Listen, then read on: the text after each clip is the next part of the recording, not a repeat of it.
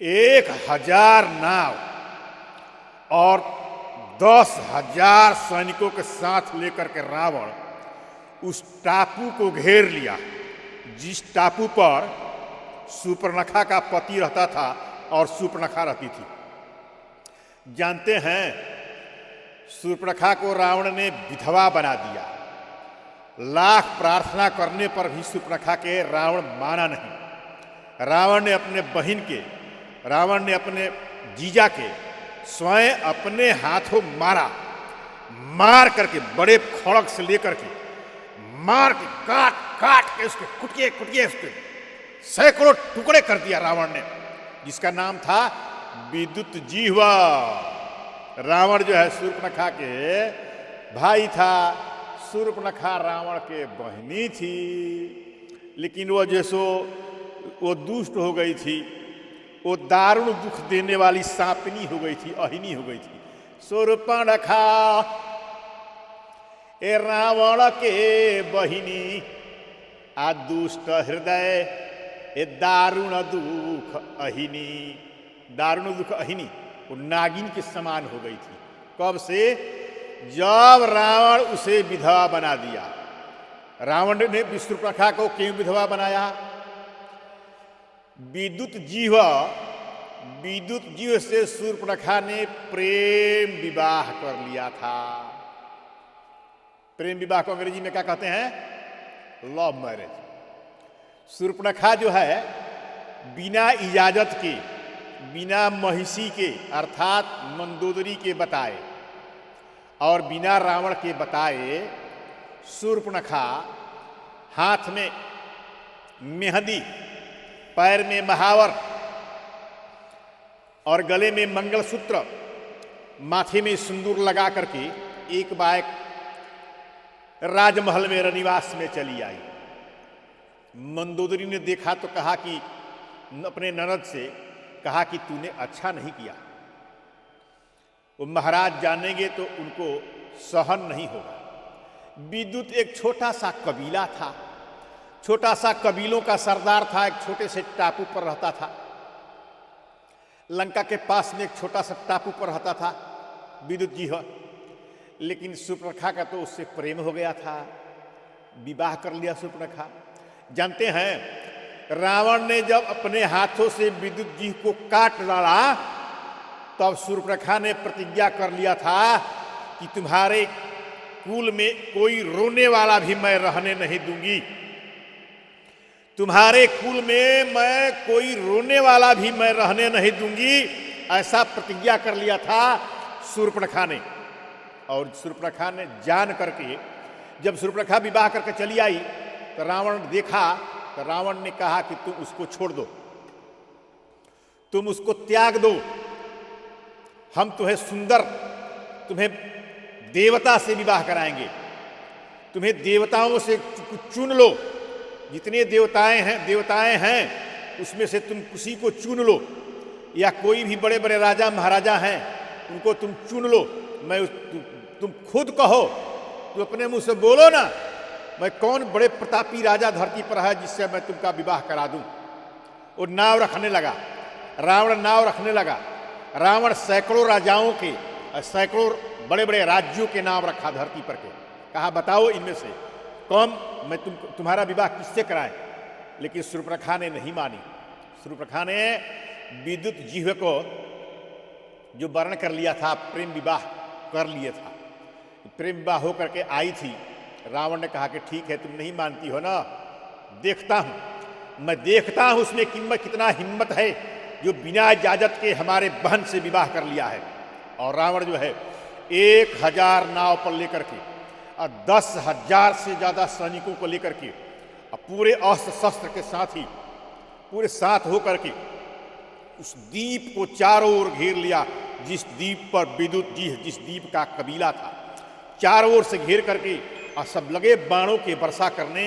उधर से उस द्वीप पर से भी उसके विद्युत जिह्वा के भी सैनिक जो थे वो भी बहुत कट्टर थे, बहुत लड़े, लेकिन उनके पास रावण के समान संसाधन नहीं था। इसलिए वो जो हार गए।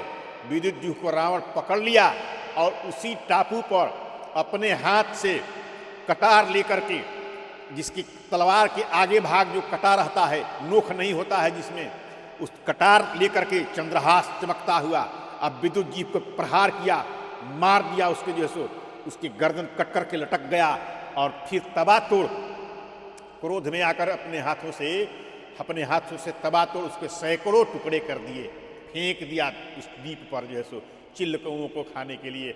और रावण उधर से गर्वित होकर के लौट आया। जब शूर्पणखा ने जाना कि यही मेरा भाई रावण अपने हाथों से मेरे पति को वध किया है, शूर्पणखा ने प्रतिज्ञा किया कि मैं तुम्हारे कुल खानदान को, संपूर्ण कुल खानदान को मैं नष्ट करके ही रहूंगी। और इसी सोच करके शूर्पणखा जो है जब सुन ली थी कि चक्रवर्ती सम्राट महादशरथ के पुत्र राम वन में आए हैं, जिन्होंने कबंध को मार दिया है, जिन्होंने विराध को मारा है। भगवान बहुत बड़े भारी विशाल राक्षस कबंध था, भगवान कबंध का वध कर दिए थे। और विराध का भगवान बहुत बड़ा ताकतवर विराध असुर था, विराध को भगवान मार दिए थे। इसलिए राम जी की वन में ख्याति फैल गई थी। इस ख्याति को शूर्पणखा के पास भी एक ख्याति पहुंची। शूर्पणखा ने जो सुना कि कबंध को मारे हैं और विराध को मारे हैं, तो अब उसके पास जरूर मुझे चलना चाहिए। मैं ऐसा युक्ति लगाऊं तो आकर के रावण को भी मारें। और वही हुआ। शूर्पणखा गई। शूर्पणखा जाकर के पहले तो विवाह करने के लिए प्रस्ताव दिया, आपने सुना होगा, राम जी से कि हमसे विवाह कर लीजिए।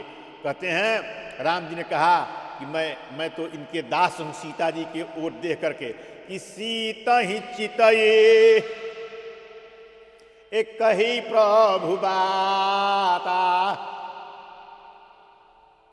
हे स्वामिनी, हे भामिनी, हम तो इनके दास हैं। सीता जी को कहकर हम तो इनके दास हैं, अर्थात हम एक पतिव्रत हैं, राम जी एक पत्नी व्रत थे। हम विवाह ने तब कहते हैं कि लक्ष्मण जी के पास गई। लक्ष्मण जी ने कहा कि हम तो सेवक हैं, सेवक का धर्म जो है सो कठोर होता है, हमसे तुमको सुख कभी मिल नहीं सकता है, इसलिए तुम हमारे से सुख प्राप्त करने की इच्छा तुम छोड़ दो, हम तुमसे विवाह नहीं कर सकते हैं। तो मन में विचार किया शूर्पणखा ने कि इन लोगों दोनों लोग जो है सो वो उनको कहते हैं, इसके कारण क्या है? यह स्त्री है, सीता को, यह स्त्री है, इसलिए सीता को मैं मारूं। तो शूर्पणखा जो है बड़े बड़े नख प्रकट कर दी, जो सुंदर रूप बना करके आई थी राम जी से, खूब अति सुंदर रूप बना करके आई थी राम जी से विवाह करने के लिए। वो अपना माया का रूप त्याग करके बड़े बड़े नख जिसके आयुध हैं, बड़े बड़े शूर्पस्य नख यस्य शूर्पणखा। शूर्पणखा का शूर्पणखा नाम क्यों पड़ा? शूर्पणखा का शूर्पणखा नाम क्यों पड़ा? शूर्पस्य नख यस्य शूर्पणखा, जिसके नख सूप के समान हो, बड़े बड़े चौड़े और नोकीले धारदार, सूप के समान जिसके नख हो, उसका नाम शूर्पणखा। अपने विकराल रूप में आ गई शूर्पणखा, बड़े बड़े नख आयुध जिसके थे, और सीता जी पर दौड़ी मारने के लिए। लक्ष्मण जी, राम जी ने देखा ये तो जैसो अब माह में नहीं है, अब आपे से बाहर जा रही है। लक्ष्मण जी को इशारा किया, लक्ष्मण जी बिना नाक कान के कर दिए, नाक कान बिनु, अरे नाक कान बिनु ए भाई बे करारा। और जो काला कलूटा थी तो उसके नाक से कान से जो धार खून के गिरने लगा कि जैसे काले पहाड़ पर गेर के धार बह रहा है, कि जनु स्रव बहत ए गेरु के धारा, ए जनु स्रव बहत ए गेरु के धारा। तो शूर्पणखा जो है सो विकल होकर के रावण को गई, और शूर्पणखा रावण को ललकारी, रावण को धिक्कारी, बड़े जोर के धिक्कारी, ऐसा बात दी, अर्थात भोजपुरी में कहते हैं कि पानी देलस। रावण को जो है सो वो पानी दी, यानी चढ़ाई, रावण को राम से लड़ने के लिए चढ़ाई, अपने जो है सो अपनी गति के ऊपर धिक्कारी, तुम्हारा धिक्कार है तुम्हारे जीते जी एक तपस्वी, एक जंगल में रहने वाला एक तपस्वी जो है तुम्हारे जीते जी तुम्हारे बहन का ये हाल करे, तुम्हारा जीना बेकार है, तुम डूब मर जाओ, तुम एक चुरुआ पानी में डूब करके मर जाओ, धिक्कार है तेरा रे रावण, तुम्हारे सामने हमारी ये गति, हमारा नाक कान काट लिए लोग तपस्वी लोग। रावण को जैसो धिक्कारी और भगवान की प्रेरणा हुई, रावण आया, सीता जी के हरण करके ले गया और सारी कहानी रावण के वध करने का जैसो ही पर रोपा गया। किसने रोपा? शूर्पणखा ने। यानी रावण के वध के कारण कौन है? रावण के वध के कारण कौन है? मुख्य कारण, रावण के वध के मुख्य कारण कौन है? मुख्य पात्र कौन है रावण के वध का? शूर्पणखा, जो विद्युत जी से प्रेम विवाह कर ली थी। अब विद्युत जी को मार करके रावण ने जो शूर्पणखा को विधवा बनाया, तो रावण के वध का मुख्य कारण बना कौन? शूर्पणखा। शूर्पणखा ही रावण के वध के कारण है, इसलिए मुख्य की जो है सो कारण जो है सो रावण के वध का शूर्पणखा है। बोल राम चंद्र भगवान की जय।